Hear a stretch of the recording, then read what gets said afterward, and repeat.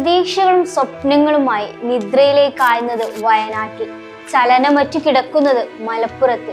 അറിഞ്ഞിരുന്നില്ല രാത്രിയുടെ നിശബ്ദതയിൽ പച്ച പുതച്ച ഈ ഗ്രാമം മണ്ണു പുതയ്ക്കുമെന്ന്. തമാശകളും കളിച്ചിരികളുമായി ഓടി നടന്നിരുന്ന ജീവനുകൾ ഇന്ന് ആരെന്നറിയാതെ എവിടെയെന്നറിയാതെ മരണമടഞ്ഞ് കിടക്കുകയാണ്.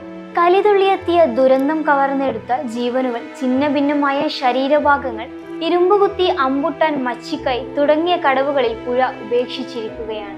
ഒരു പാതിരാക്കപ്പുറം വരെ വിനോദസഞ്ചാരത്തിന് വിരുന്നൊരുക്കിയ ഇടമിന്ന് മരണത്തിന്റെ മുഖങ്ങളാൽ മരവിച്ചിരിക്കുകയാണ്. ഉറ്റവരും ഉടയവരുമില്ലാതെ അലയുന്നവർ, ഒരു ജീവിതകാലത്തെ മുഴുവൻ വിയർപ്പിനാൽ കെട്ടിപ്പടുക്കിയ വീടുകളിന്ന് തറക്കല്ലുകൾ മാത്രമായി അവശേഷിച്ചവർ, തനിക്കിനി ആരെങ്കിലും ജീവനോടെ ഉണ്ടോ എന്ന് പോലും അറിയാത്തവർ. 25 കിലോമീറ്റർ ദൂരെ നിന്ന് ഇപ്പോഴും മൃതദേഹങ്ങൾ കിട്ടിക്കൊണ്ടിരിക്കുകയാണ്. പ്രാണൻ പിടിച്ച് ഓടിയവരിൽ ചിലർ വീണുപോയി.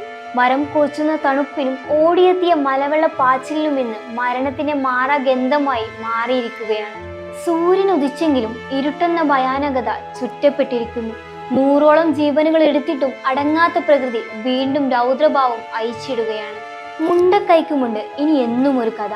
ഒരുപാട് ജീവനുകളെ വേരോടെ പറിച്ചെടുത്ത, മനസ്സിനെ താളം തെറ്റിക്കുന്ന ഒരു ചരിത്രം.